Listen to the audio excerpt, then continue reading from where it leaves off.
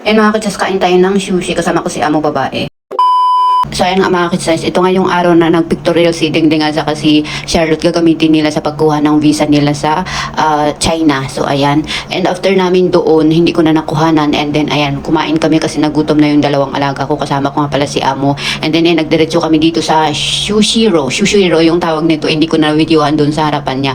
At ayan yung mga pagkain, dumadaan lang dyan and kukunin mo na lang yung order mo. Alam nyo ba, hindi ko pa natatry ang kainan na ganito sa Pilipinas, dito lang kila amo, kaya ang swerte ko kasi sinasama nila ako kapag kakain sila sa labas. Kaya nga inaantay namin si Dingding na matapos. At after nga namin kumain mga kids, nagdiretso kami dito sa My Grocery. Kung nakikita niyo mga kids, nakapag-winter pa rin ako ng damit, or kami I mean. Kasi dito sa Hong Kong is minsan pa iba-iba yung weather. Minsan yung sobrang init tapos biglang uulan ba tapos ang lamig. Yung parang ganun. So nag-jacket kami yung time na to kasi malamig. So ayan, tapos hindi ko pa na-edit agad. So ayun, para hindi kayo magtaka, bakit nakapang-winter kayo? Baka may mag-comment naman doon na, ay malamig ba dyan sa Hong Kong ngayon? Hindi po. Ano po yan? Na-stuck na video.